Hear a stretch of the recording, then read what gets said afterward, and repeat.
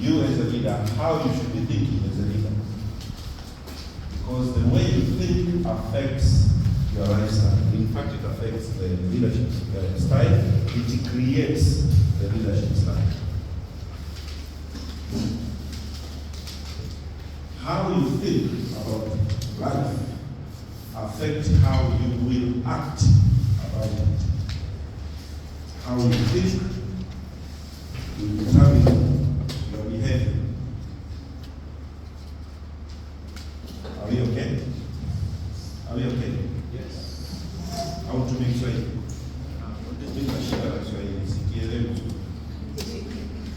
alright, so servant leadership means the leader.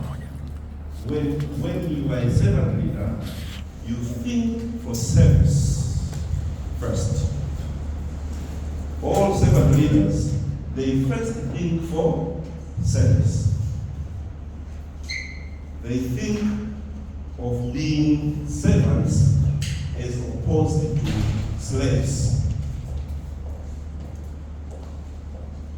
A servant is not always a slave. Is that okay? Are you following? Yes.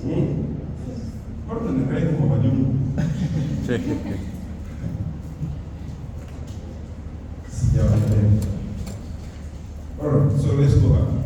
Servant leadership is when a leader thinks of serving first before the time. In fact, a servant leader acquires or gets their title by serving, which means service is a function of their influence. You cannot serve if you are only thinking about titles. You can serve if you're only thinking about titles, but your leadership will be affected by that mentality. But a good leader and great leaders like you guys here, you must think for service first. Wow. Before you think about your title. Is that okay? Yes. Is that okay?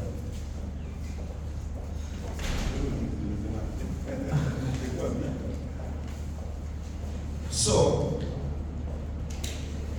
just take that one aspect of service.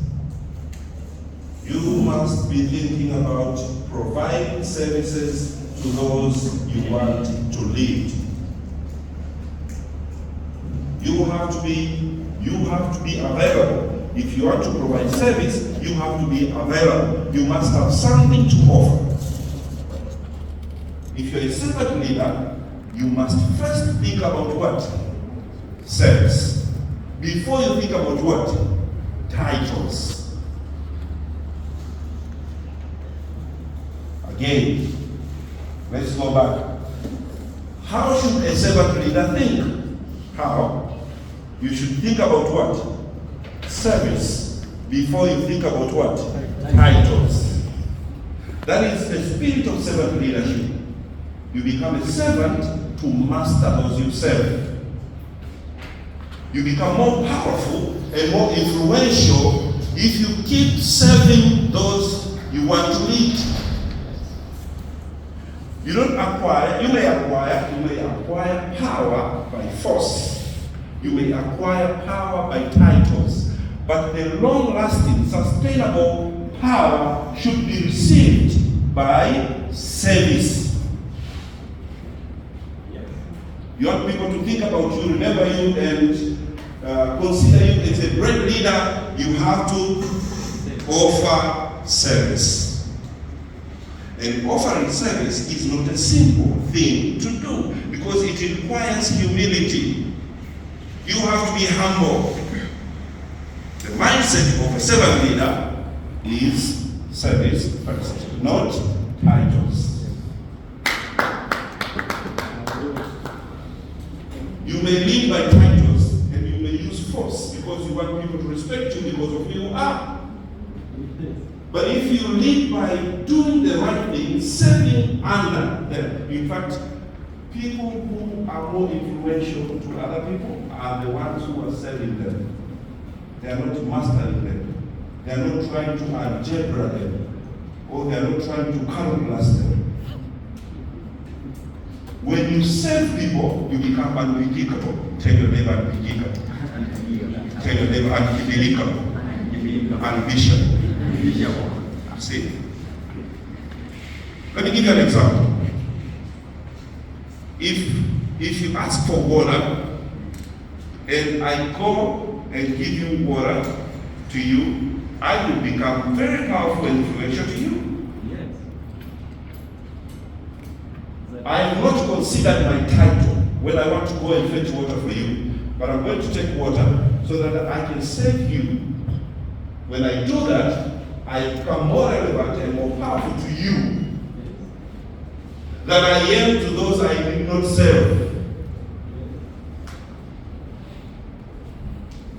Are you following what I'm saying? Are you following what I'm saying? Do you understand? You want to grow as great leaders, you must learn to do what? Service. Tell your neighbor, serve. Learn to serve.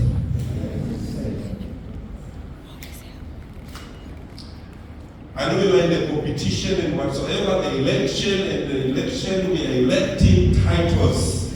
I'm not speaking about titles, I'm speaking about the spirit of leadership, which is service. If you want to acquire that title because you want to show who you are, then you are not fit for that title.